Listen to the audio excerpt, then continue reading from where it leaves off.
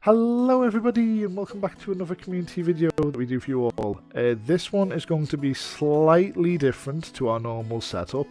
It's kind of more of a podcast style video simply because we don't have a lot of on-screen content to show you, but I did promise you that I would tie these two people down to go through the roadmap and explain what the team's been doing and everything that we've been up to for the last couple of months. So we're going to start with live.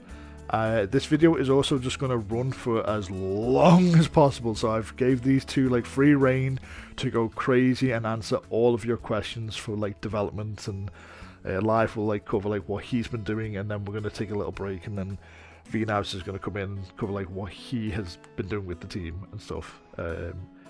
So live, how have you been? I've been great. Yeah, I mean, I've been busy, but I'm also pretty excited about the new mob system. I kind of reworded it a little bit once I'm actually coding. I'm calling it the entity rework because I'm making it so that it's usable for other things other than monsters, and it's coming along pretty good. Yeah. Oh, so we're going to be using it for more than monsters. Do you want to go into a little bit more detail on that for people? So what else are we going to be using the mob system for, or the entity system as it's now getting called? Yeah, so obviously we need to keep parity with what we currently have. So obviously we will have monsters and they will be able to fight you and attack you and all the things you've already seen that are already in the world, although currently they're kind of broken, which is why we're reworking the entire thing. But on top of that, we know that in the future, maybe not right now, but in the future, certainly we will need more stuff that might share certain things with the monsters, but they're not necessarily a monster or an NPC. So maybe off the bat, I'm just thinking, the long expected fishing update, it would be really cool if you could actually see the fishes in the pond and you throw your fishing rod and then you catch the fish and you can visually see the fish. That fish doesn't necessarily need to have all the code from a monster, like health and being able to attack. It just needs to move around in the water. And then once the fishing Bob gets near him, he hooks onto it or something like that, right? And so he is still an entity, but he doesn't need all the extra code from monsters. And so we kind of need a system that allows us to modularly add things to a certain entity so that it does things by components instead of just every single entity can do everything. And so that's kind of why it's been taking so long just to get this architecture going. The code base for this, it's not very easy to work with, and it's hard to plan for it, especially because in VRChat we're very limited by the programming things we can use. And so outside of VRChat, if you're just doing a regular Unity project, you can use a bunch of things from C# like interfaces or complex abstraction and generics and so on and so forth. And you can modularize things quite a bit easily. But in VRChat, we don't have access to many of those things, and we have to go around. Yeah, we have to go around all of these issues and try to come up with a way that lets us implement these features, but in a way that we're not using the features. And so a lot of the things that I've been doing is kind of cheating that thing so that it lets us do it. Obviously it's more work, but I'm happy with what I've gotten so far. Unfortunately, again, this is still very, very bare bones, and it's just the core architecture. And it's already working. I got a bunch of the networking set up so that you can request an entity and it allocates it to you and it gives you the ownership and all these little things that needs to happen properly and in order for it to not break and sync with other players. But other than that, it's not very visual. I don't have anything to show for it. Right now, I literally just have a board that doesn't even have a material. It doesn't even move. He just has a health bar. I can technically damage it, but it doesn't do anything other than that. Although this is already using all of those things that I was talking about, using this new entity framework where the boar, he has health, he can take damage, he can deal damage, he can move around and do all these monster things. But in the future, we might have some other entities that don't need to move or don't need health bars or don't need to be able to take damage or deal damage and so on and so forth. And so we're kind of doing this as like interfaces, but they're not really interfaces because we can't use interfaces, but we're doing some cool stuff in there that lets us do it. Yeah, we also had to, like, with the entity system, specifically with design with V-knives, work on like how we scale the mob system, like for the leveling and stuff like that. So that is also taking its time with the code. And then we also had to sit down with 3D team, which you sat down with, and work out how does the animations play into this. And we did a big meeting with the team, I think that was last month, where we sat down, we went through like what type of tool system we're going to use and like the workflow, and you like sort of led that meeting with the team. Do you want to talk a little bit about that? Yeah. So first, on the side of design things or design considerations for entities, or I guess more specifically more for monsters, we had a meeting on what should the monsters be able to do. Because as I was saying, right now they can damage you, they can chase you, they can take damage, and that's about it. They're pretty limited currently. The current implementation in the live world, it's all very like set in stone. We can't really scale it to more things or add like emergent situations. And so this new system hopefully will address these sort of things. And so we had a meeting talking about what would we potentially want the monsters to be able to do. This might not be like fully done by the time we release the new entity rework, version, but in the future this should be possible because we are making it so that it's very scalable and we can build upon it and add more things to it very easily. And so I'll quickly read some of the points that we talked during the meeting. And so we talked about that monsters should be able to switch aggro depending on the situation. So if for example, you're fighting one boar and there's 3 players fighting the boar, he maybe just like runs away, right? Because he can't win. But if it's a pack of boars, maybe there's 3 of them and there's 1 player, they immediately aggro you or something like that. And then maybe another situation is like four players versus 4 boars, and then something interesting happens where, I don't know, boars help each other, stuff like that, you know? So them being aware of the surrounding entities, that's something that we want to play around with, and I think would be pretty cool to see. Another thing we talked about was this is one really cool moment that I really want to put in. I'm not sure if it's gonna be like I'm thinking it's gonna be pretty hard to do, but I'm hoping we can get it done. Is, let's say you're in a cave and you're exploring, then some random goblin just comes up to you and yoinks your sword, and you have to chase him down to like grab back your sword. I think that would be super cool to just experience. It's a cool moment that I'm envisioning. I'm really hoping we can get it done.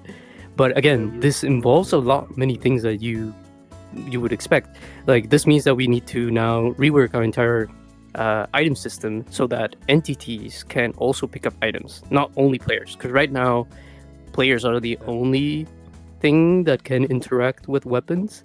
Nothing else can touch the weapons because it's just not part of it. Like, it's not supported. And so with this new entity rework, we hopefully will be able to make it so that entities can also use items and use weapons. And so another thing that I hopefully we can get done is expand a little bit more onto the criminal system. And so one of the planned things is that in the towns, like Town of Beginnings or Tobana, the outside wall will actually have guards, and the guards will prevent criminals from going into the town. They will, like, if you try to sneak in, the guards should chase you and like kick you out of the town because you're not supposed to be in it. And so it would be really cool if the guards could just reuse all the weapon system and the combat system so that they literally just use the same thing as the players. They swing around their swords, probably with animations, but they still do like combat stuff that players would do. They run the same code. And so I'm hopeful that we can get this done. Yeah, I think it's definitely possible for what you're trying to do and stuff, and definitely with the town guards so some of you might like see the meta at the moment is like the broken rune or the deadlight, and you might see a town guard holding that and being like, oh, maybe I don't go against that town guard because he's got the meta weapon that everyone's using, and that's one of the things we want to try and do. And then a couple more features is status effects, for example. Right now, status effects are only on players. It would be super cool if this would also apply on entities, like monsters and stuff.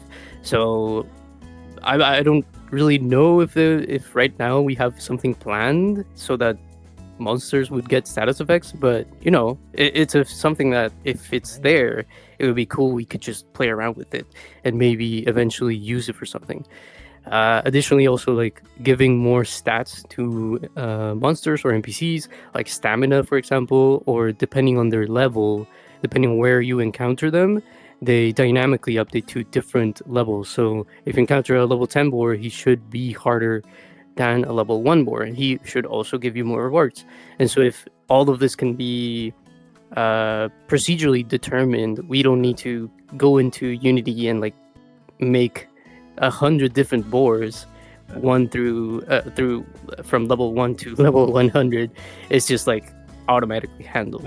Obviously we could sighing next to me there that he doesn't have to go and do all that work. Yeah, exactly. Poor Venus, having to design all like hundreds of mobs. I'll do what's necessary. Nice. Yeah, so currently what we actually have planned for that is kind of a balance between both having control over things but also automatic calculations. And so the easiest way we could think of for implementing that was just using a bunch of spreadsheets. So we go onto Google Spreadsheets and we create a spreadsheet for boars, and then in there we can do a bunch of math to calculate all the stats from level 1 to level 100, and then that gets automatically imported into Unity and applied onto like scripts and the actual mono behaviors that control the boars and hold the data, and that's what the boars will use in game. And so this lets us have manual control over the math that's being applied, but if you also just want to like override, I don't know, boar level 50 so that he's special, we can actually do that. And then going back to some of the other features is let me actually read through the little thing. Oh, right. So we want to make it so that they can swim and they can also fly. Fun fact, the wasp, it looks like it flies, but it actually doesn't fly. It just, it has an offset from the ground. That's about it. No, they're amazing. Yep. it is an animation, yeah. But yeah, we want to make it so that it actually flies and it actually can go over like pits or across between mountains and stuff like that, whatever is needed, right? And then for swimming as well, we can't have Jesus boars anymore. So if they could swim around or like try to get scared of the water, if you go into the water, like having these sort of sensors that if a player goes into the water and the boar doesn't know how to swim, then he just stops chasing you, or maybe like waits around the water, or if you cross the river, he like tries to make his way around the river, stuff like that. Another one that's like very interesting and very, very cool for combat itself is we want to introduce quite a bit more things to make it more interesting for combat. And so a big point of this is telegraphing. So we want to make it so that animations are well made for VR users, and that you can easily tell when an enemy is about to strike, and you can actually react to it. Additionally, we talked about how we could do this and like different things we could do. I think it would be really cool if maybe bosses or certain elite enemies could have special attacks that like maybe show a little area of effect where it's gonna land an attack, and you can decide accordingly whether to dodge or like move or like go forward and whatever. But also something that a couple other games do is like flashing their eyes red when they're like literally just about to strike. and then with that you could do more things, right? So something that this is not like set in stone, but we want to try push for it. It was actually being able to defend and parry PvE. Yeah. Like with players, is too complicated. There's too much latency. It is too complicated. Like it's not going to work in a way that feels good. We do have plans to like maybe play around with it, because again, this would be with the entities, and it should be able to just reuse it, the blocking system. But with PvE combat, so player versus environment, so NPCs, it should be able to be possible and not too weird when you're actually going about it. It might look weird for remote players, but for you locally, when you parry an attack of an enemy, you should be able to just visualize it in real time, not have to have delays, and consider latency and all of that. And so that's something that, again, we're not sure if it's going to be in for the first release, but we're pushing for it so that you can actually parry and defend against enemies. The tools and the workflow for that and stuff. Specifically, 3D are looking into animation tools to do all that. So we looked at a tool in Unity. The name of it has like left my brain at the moment. Was it Unity Motion or something? I also forgot, but it basically lets you edit animations in Unity. We're still not sure if we're gonna use it. I think the last thing we talked about was doing most of the animation workflow within Blender or Maya or 3D Max, depending on who's working on it. It might be a little weird. We will probably have to experiment with it a little bit more, because we can't really share rigs between softwares. Like you can export it, but the actual rig data, you can't share it around. I think that's what we ended up deciding or talking about. But then once it's actually in Unity, uses Blender, so I think we agreed that we're going to go with Blender. But there is other tools to like incorporate what Live was saying about like different phase actions, because I think we spoke about doing an animation with the mobs where they may have like two phases where like your phase, like they have one attack pattern, and then we're going to be adding in the second attack pattern. So there's this one specific monster in the anime. It's like a red wolf. I don't remember if that's the actual name, but at some point he like grows some spikes on his back and he does something different. And so it would be cool if we could support that off the bat as well. So different stages for monsters depending on the situations and conditions, right? So that's all also part of what the monsters should be able to do, which is really complex. We actually haven't decided what architecture we'll use for the actual like AI behavior.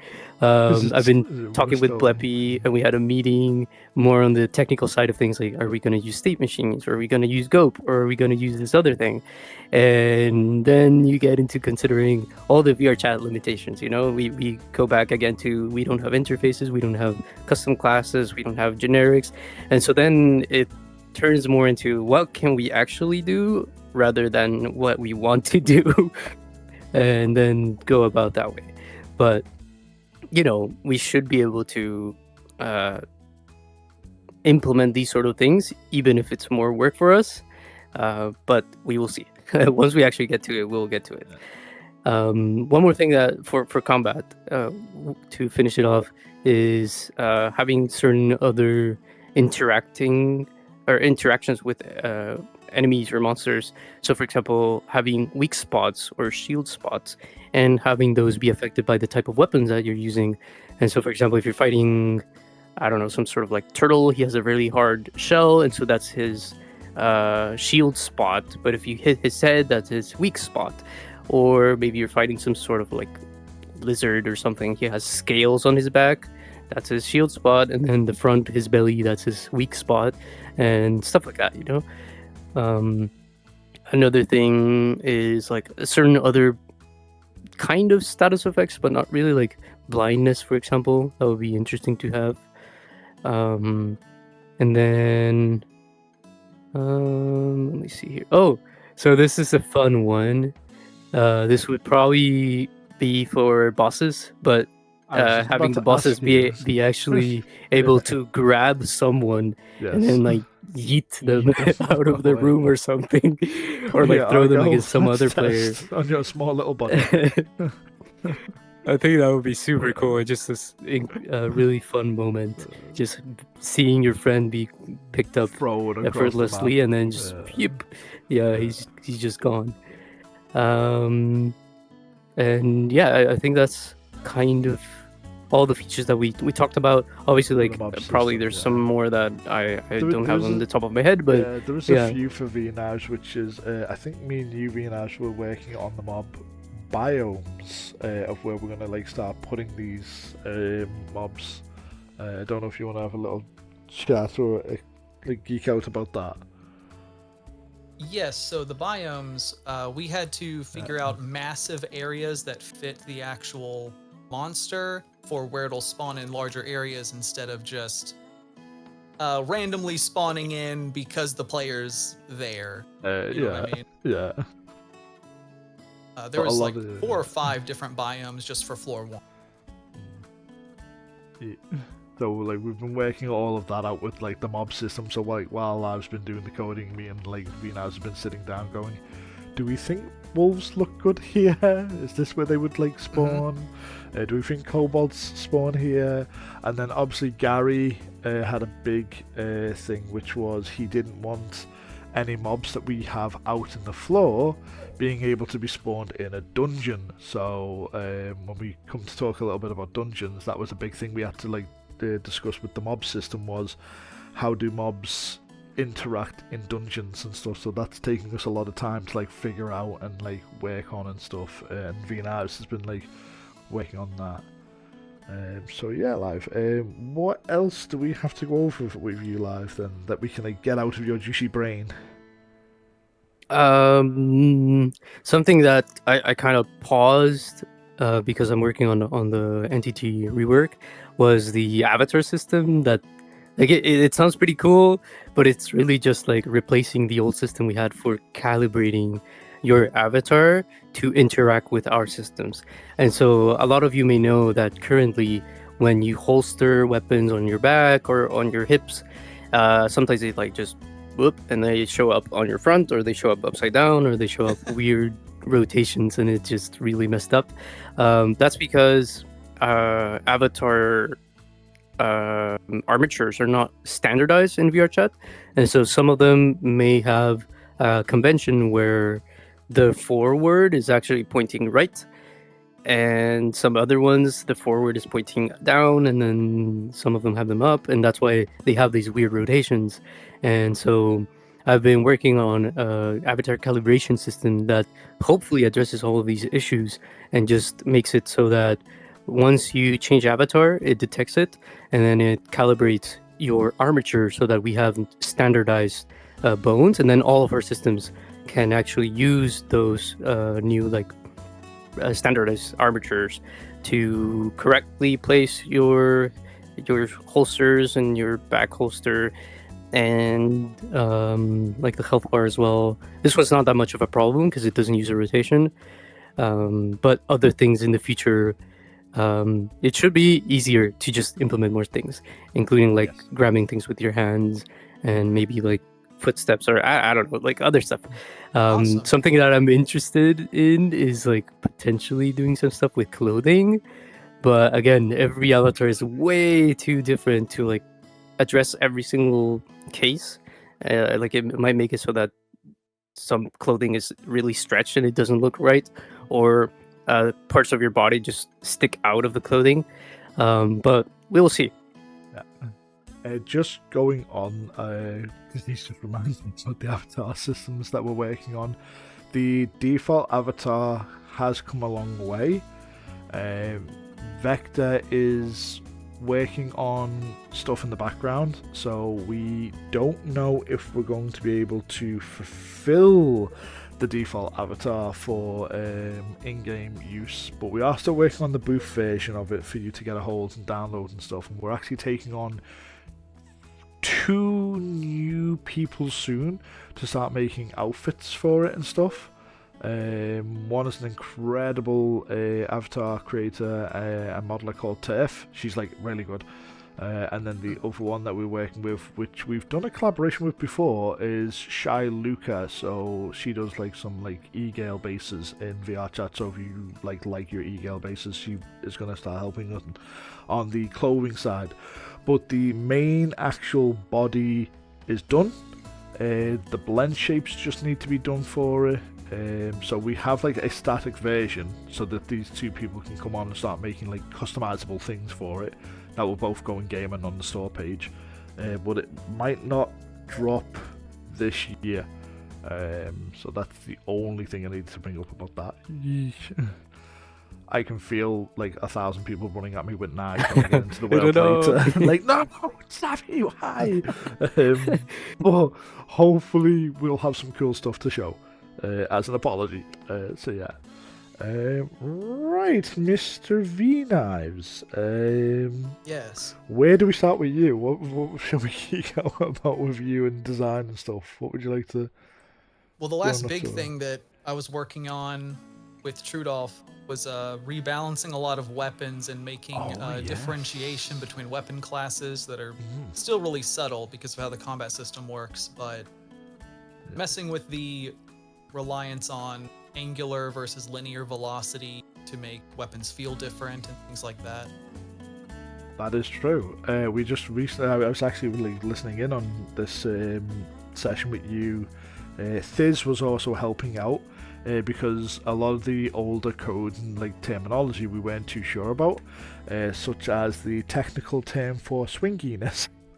That we learnt about. We have a technical term in the team and it's called swinginess. So I don't know if you want to explain what swinginess is, or I can do a little bit, but yeah. People don't need to know. Yeah, to be honest, you really don't need to know. It's ridiculous. It's lovely though, and I'm so glad that Thiz came in to like explain to us how that system how works, it was calculated, and how it's calculated. The opposite that I do like is slashiness. Yes.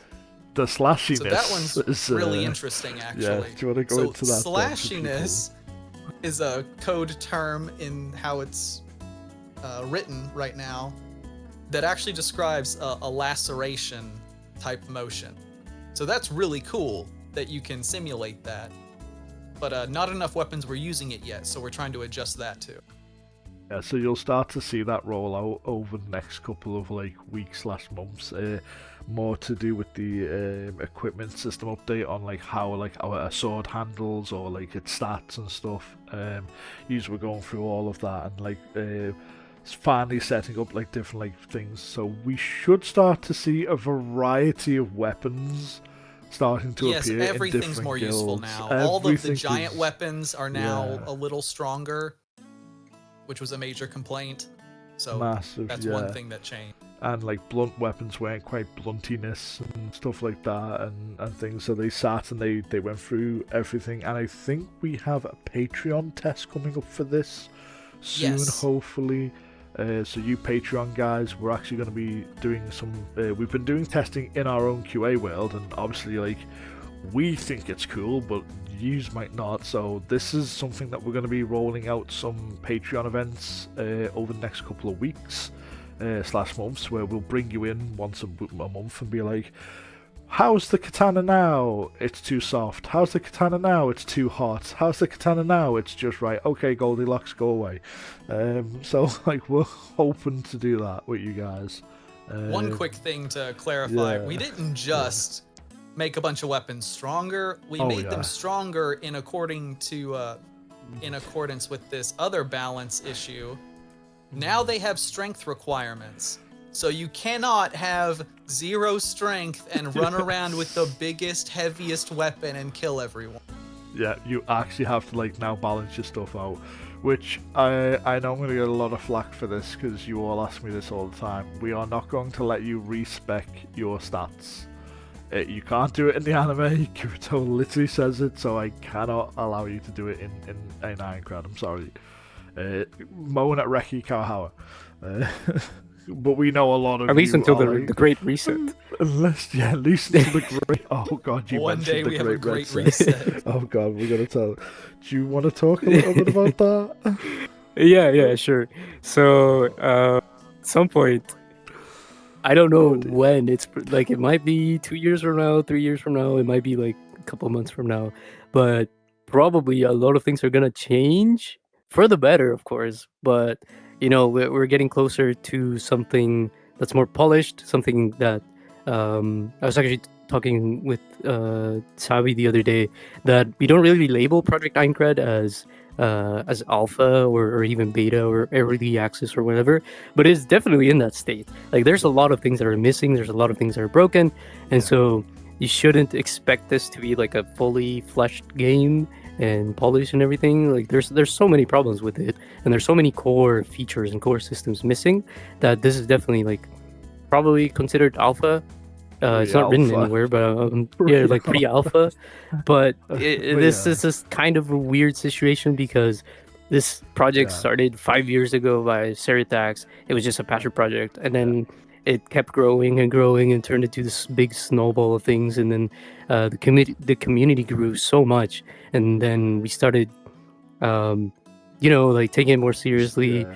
Setting up more like a studio. I call it a hobby studio because this is still a Yeah. passion project. Not a passion project, but we've never really but- labeled our like Yeah. updates correctly, or like the version of what we are. Like, are we in beta? And like, I go into the world all the time, and people are like, well, they're still in like early beta. And like some people are like we're in alpha, and some people are like we're not even in anything and stuff. So we were talking about like how we're gonna like start labeling this and stuff. So yeah.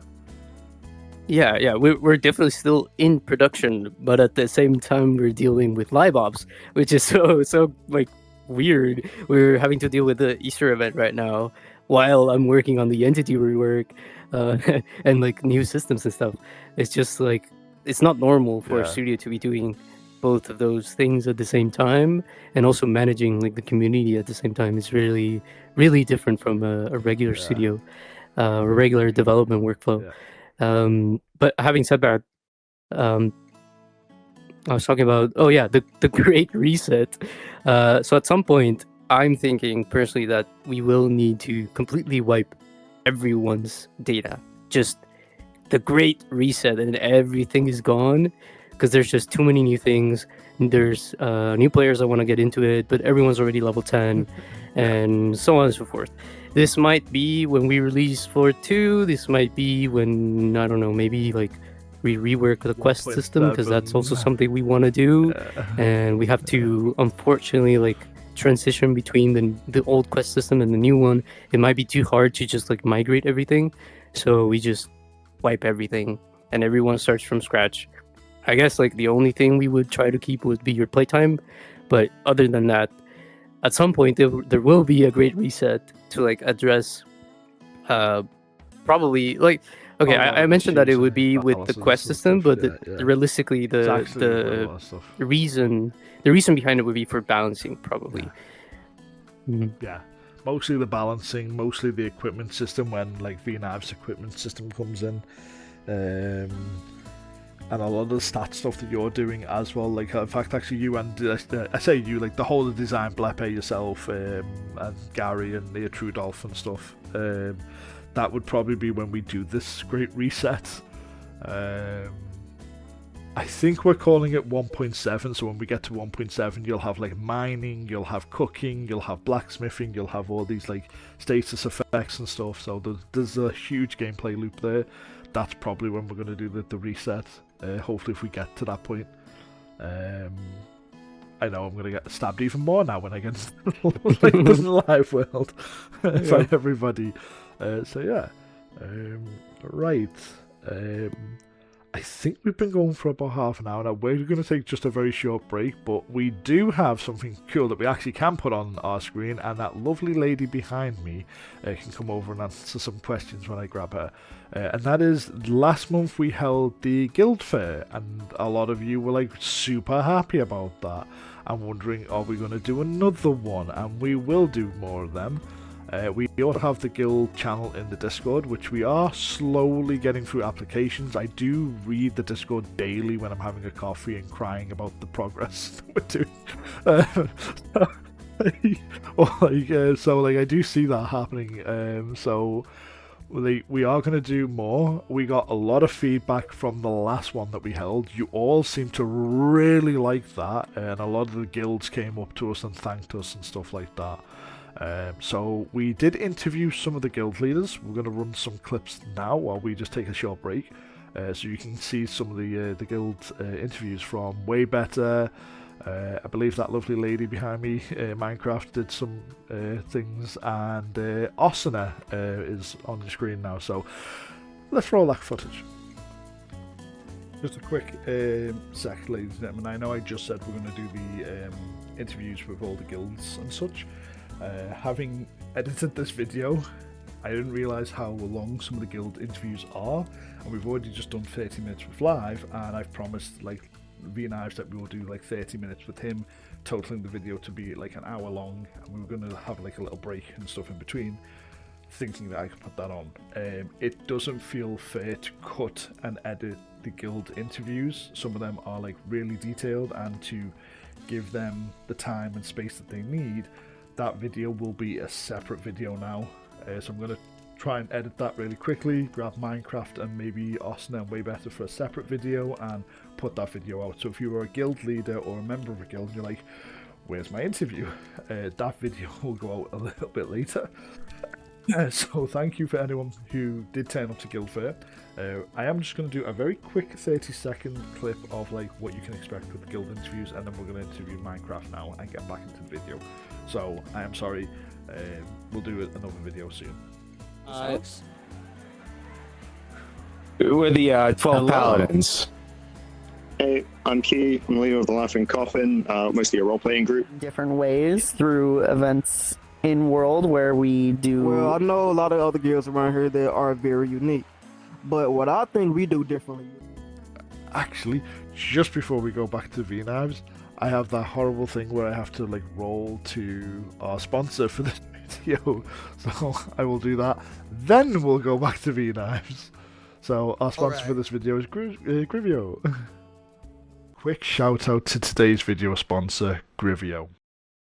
We just set up an official page for ourselves for Argus VRC on Grivio, and I wanted to tell you all about it because it was way easier than expected. We put together a full page for Project Ironcrad, our description, Discord link, everything that people need to find us, and the whole thing took maybe 15 minutes to do. Now we have a clean link, grivio.com/ArgusVRC. It's easy to remember and it's easy to share.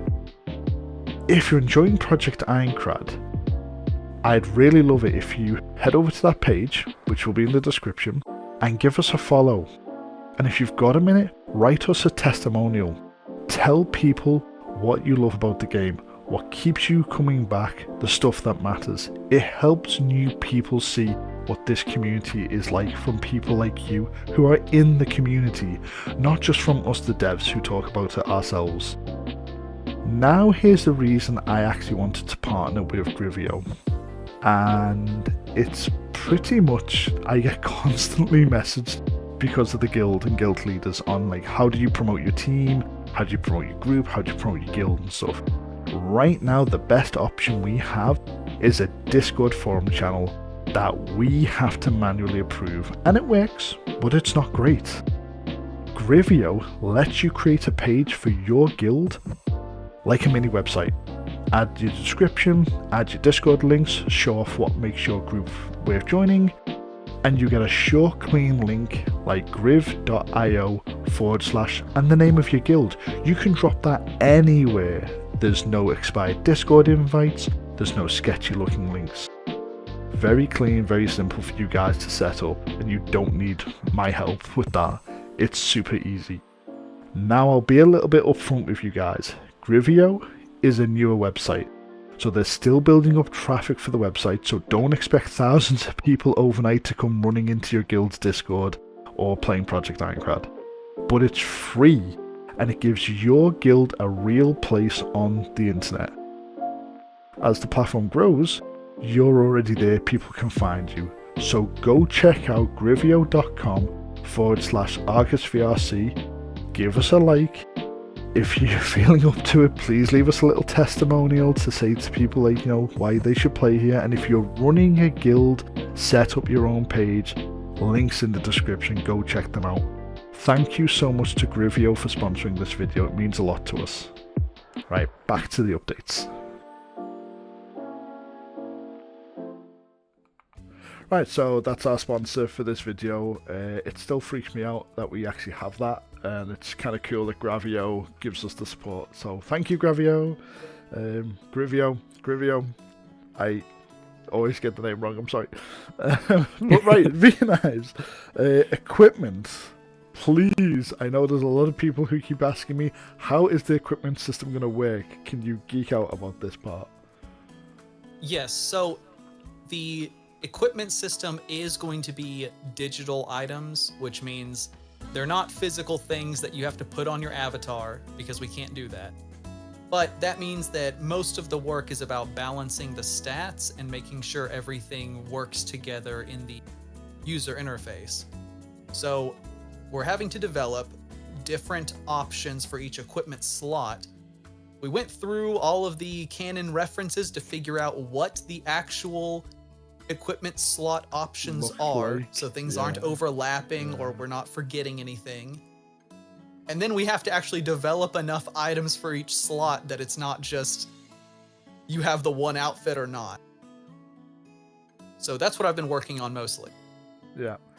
We had a very big discussion, and this may seem petty to people who are watching, but do you wear pants or do you wear pants and shoes together? Are pants part of the greaves part of this, and gloves and stuff? And that might sound very silly, but me and V-Knives literally had to study the whole anime to figure out, is the stockings that Asuna wears part of the skirt? Are they separate? Is it one outfit? Mm-hmm. And it turns out, do they have their own stats? Are they separate stats? Armor? Yeah.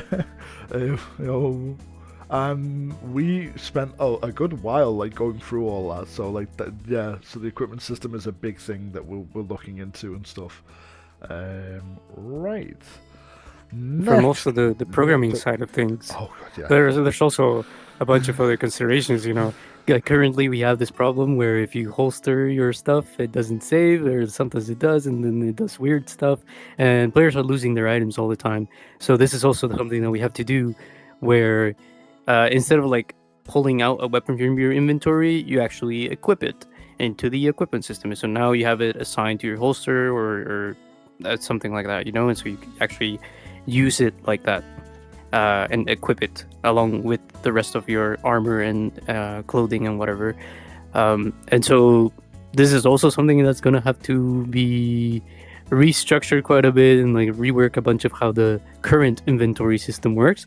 And so we'll probably end up doing a whole redesign of both the inventory system and the equipment system to kind of merge them together and unify your equipment that you equip and items that you can just interact with.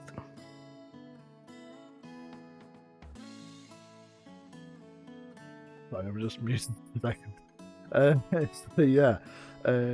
Right. Nodes. Sorry, I lost my train of thought there, ladies and gentlemen. Nodes. No worries. Yeah. Nodes have been on the back burner for a very long time. We had that first implementation, which is in the world right now, with the green, red, and pink herb, I think. And that's all about that has been done with it.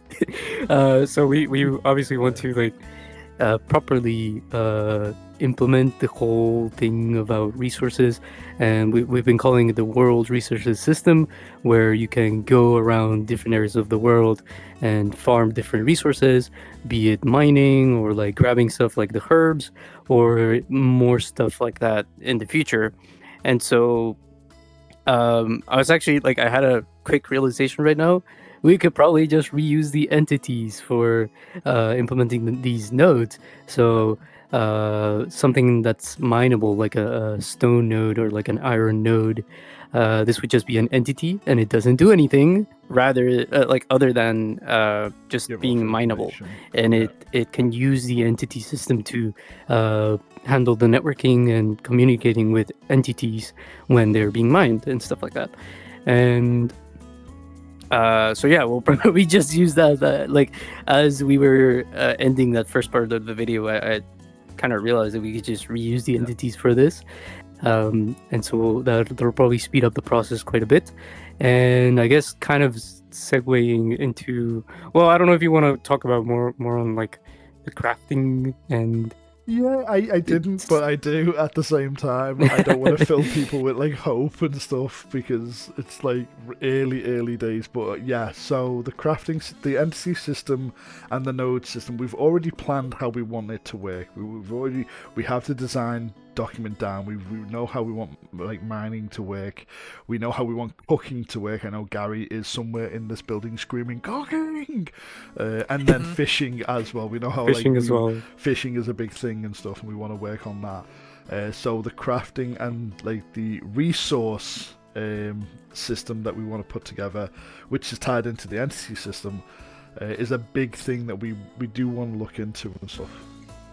So yeah, I think a big part of that is gonna be the design side of things. Like we want to make it so that all of these different things that you can do with the resources tie into each other and like maybe have some cool synergies. Like obviously cooking should fulfill your stats and replenish you, but maybe you can also get buffed. And then blacksmithing is a whole different thing. And then also like crafting, like how does crafting work? We are in VR. Are you going to be like moving your hands around, or are you just clicking a button in an interface? There's all of these different considerations that we need to design, because these are not really shown in the anime. Like how does crafting work in the anime? They don't show it, or in canon content they also don't show it. Blacksmithing is one that is kind of shown, but if then anybody like there comments about the abridged series, I will throw a shoe at you. Yeah. A chunkler. It's not Katahi. Yep. Although it would be funny. It would But, be funny. Honestly, April Fools next yeah. year maybe. But yeah, We need to design a lot of lot of things systems. around these systems, and I think it would be really cool, like I said, if they tie into each other. Like if you are a blacksmith and someone else is doing like potions and like specialized crafting, you can kind of like, I don't know, get together and like fuse your blacksmithing skills with your crafting skills and do something with a weapon, right? Like elevate their stats in a special way. Maybe against certain types of enemies with their weak spots, it would be better if you have, I don't know, some sort of sword with infused crystals, or I don't know. But yeah, there's a lot of things we could do. But there's different things. I definitely know with the cooking system, Gary, who is actually a chef himself, so it's great that we actually have a chef who's designing the cooking system and does culinary stuff.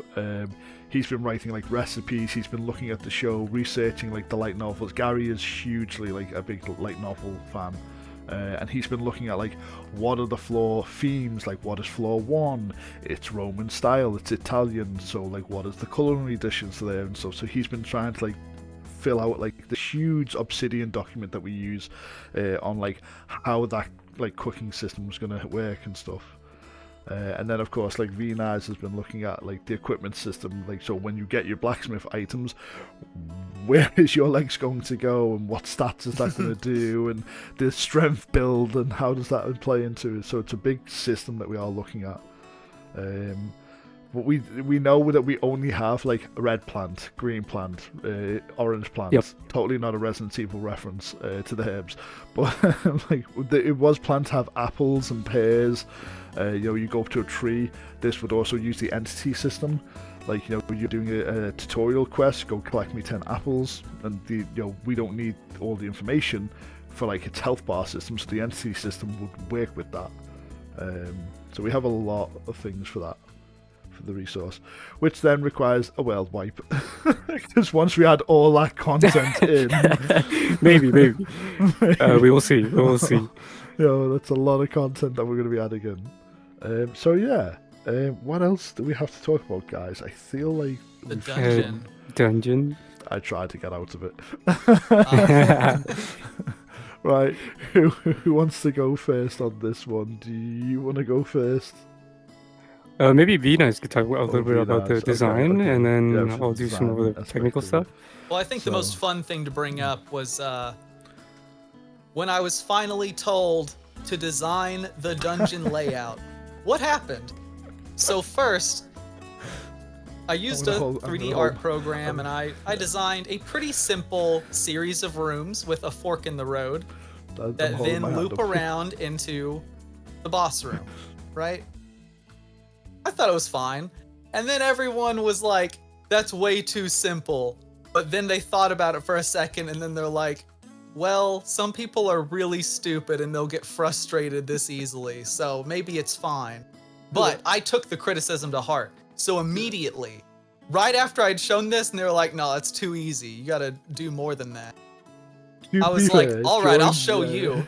Yeah, I So- I try to give like the team like hints of what I want them to do and stuff, and I did tell V Knives that our player base, like, we need to keep it like, for players, we need to keep things simple, like really simple. Don't overcomplicate things. Just make me a Y-shaped dungeon, I think is what I said to you. Like, make a Y-shaped dungeon design. With two splitting paths that then like venture back together, and he did that brilliantly, but it was a little bit too simple, and we were like, oh, what have we done? Well, I and took then- that criticism, and so I immediately, in the same call, I started playing with this art program, and I made the most insane labyrinth. I think I've And still got a you're going to have to suffer screenshot for of that. it. Yeah, I think I've got a screenshot, and I will put that on screen for you all to see this design. Actually, I will put that on the screen because it was pretty funny. Because I'll show you the two, which was the one I told him we need to have this, and then it turned into this. But speaking about dungeons, hopefully I will be given permission to show this by Aiden, and he hasn't stabbed me, but I will try to show off some early access of, like, so 3D has started to create the modular system which design has been doing. So we've designed and looked at the the source material of like, what does the dungeons look like, how do the dungeons act, and I do just want to clarify while we're talking about dungeons and stuff. There's different types in Sword Art Online. There is the Dungeon Tower, which is somewhere around here. I don't know where it is. It's somewhere. I think it's over there, I think. Over there, yeah. So the I Dungeon don't think it's in the Tower shop. is not opening on November the 6th. I just want to clarify this for people. We have labyrinths in SAO, and they are what we are working on, basically. They are a type of dungeon. Asuna goes off and she starts leveling in one in Progressive, the first movie, and we are basing our November the 6th dungeon on that, basically. So it will be hidden in the world somewhere that you can go to, and we're working on labyrinths and stuff, and we have different dungeon types that we're going to be hiding in the world. So the actual floor dungeon with the floor boss is not what we are working on. So I just want to clarify that. That will come much later. So these That'll come when dungeons- floor 2 is when out. floor 2 is kind of ready. But these dungeons that we are working on are more like dungeon labyrinths and stuff. So yeah. Did you want to like dive into the dungeon topic of like what we were going to Sure, yeah. on the So, we have some things in mind for like the actual implementation of things and how the coding should deal with the dungeon. Obviously, like a big point that we had during the meeting was how do you like trigger the dungeon and like ensure that it doesn't like clash with other players wanting to do the dungeon at the same time.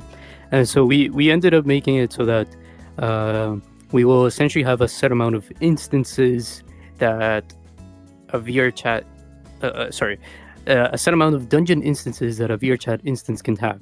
So if you're in this world can have 4 dungeon instances, for example. I'm not sure if it's going to be 4. And so it will generate these 4 dungeons, and 4 parties of players can play the dungeon at the same time in that same instance. And this will make it so that you can like start your own dungeon at your own pace in your own time without like randomly encountering other players or like joining a dungeon that's already completely looted and stuff like that. I think we do still want to have the option for world synced or like world shared dungeon where it's like completely open and you can just go in and out. and explore it, and like loot will replenish over time automatically. But we do want to have these experience where you can just do a dungeon whenever you want and expect it to have all the loot that is kind of like promised, you know, and potentially also like the bosses and like elite enemies and having all those cool drops available for everyone. I think additionally, we have also talked about like how would the generation of the dungeon work. Obviously, we do want to have the option of completely manually designing the dungeon like Venus was doing, but we also want to make it so that it can be procedurally generated, and this will allow replayability where the dungeon is completely different every time you play it. And so something that I personally want to try and implement and see how it would kind of play out is different levels of the same dungeon. And so obviously you start at level 1 of that dungeon, but then the next time you want to do it, it will ask you, do you want to do level 1 again, or do you want to do level 2, which has better loot and stronger enemies? And then you can go all the way to level 5 or something like that. But that's something that I think we still need to evaluate, like how would it actually play out, and how does it work with like other players that you want to play with in that dungeon. If they're lower level, it might be a little too hard for them and stuff like that, you know. But it is definitely a possibility, and I'm excited to play around with it. Yeah, we were also looking at daily dungeons. So once we get this system up and running, we could have like a daily dungeon. We know a lot of people get to like level 10. We have no plans to raise the level 10 cap. I'm going to get stabbed again when I'm in the instance. A lot of people. But we are planning to add more level 10 endgame content for you, such as maybe a level 10 dungeon. And you can only activate this dungeon if you're level 10. So we are looking into like instances of that. I'm just trying to.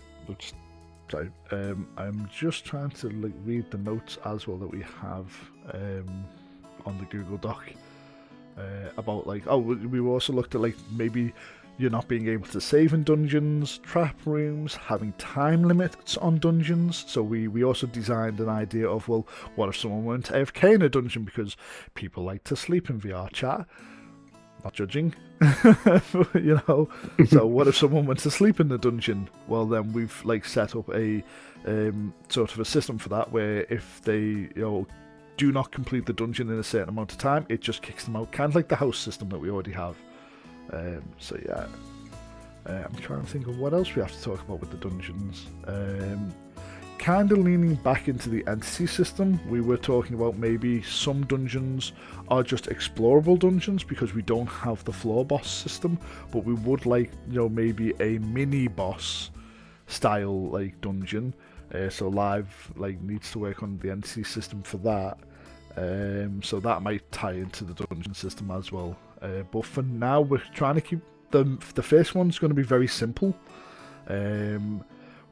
Iden has been like 3D designing Iden and Casual actually have both been like working together on like the theme of it and such, based on like with the anime and such. So yeah, am I missing anything else on the Dungeons v Lives? I feel like I probably am. I think quickly just mentioning that also the resources could be part of the dungeon, and so it's not just you going to the dungeon to fight enemies.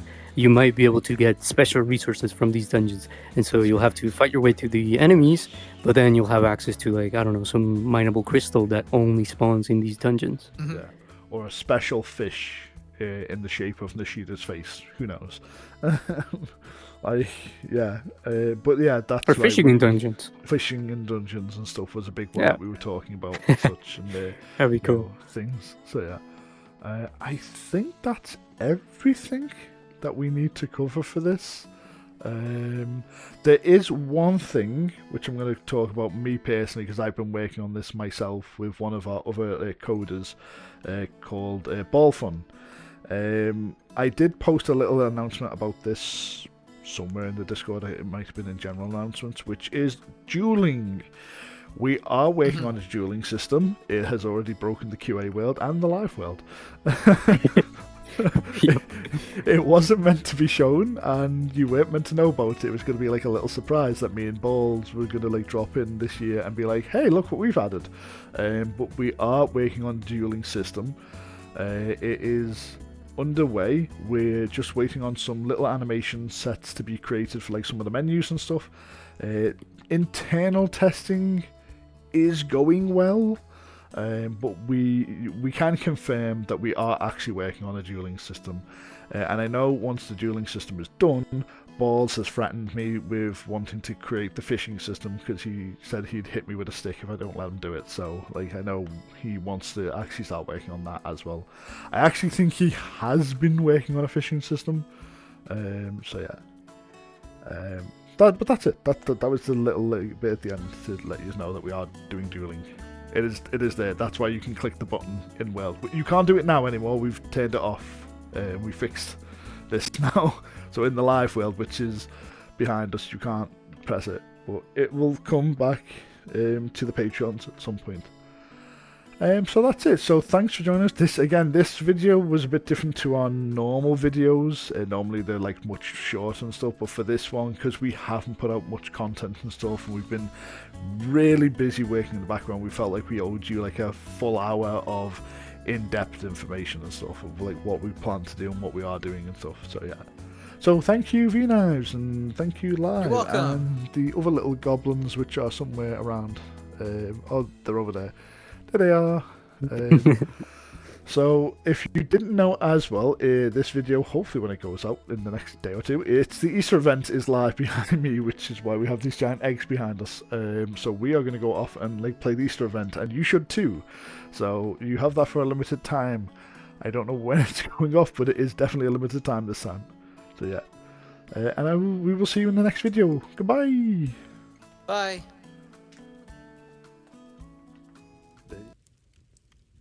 Right, so thank you for watching the video. This is the end of it now, and then we're going to cut a little bit with that way better does. I just wanted to say thank you. I never said it during the video and stuff, but thank you to everyone who sent me support messages and stuff. You guys are incredible. This community continues to prove to me why I get on VR chat for a reason, and why I even like work on this project. So thank you to everyone who sent that to us and stuff. The team really appreciated it and stuff.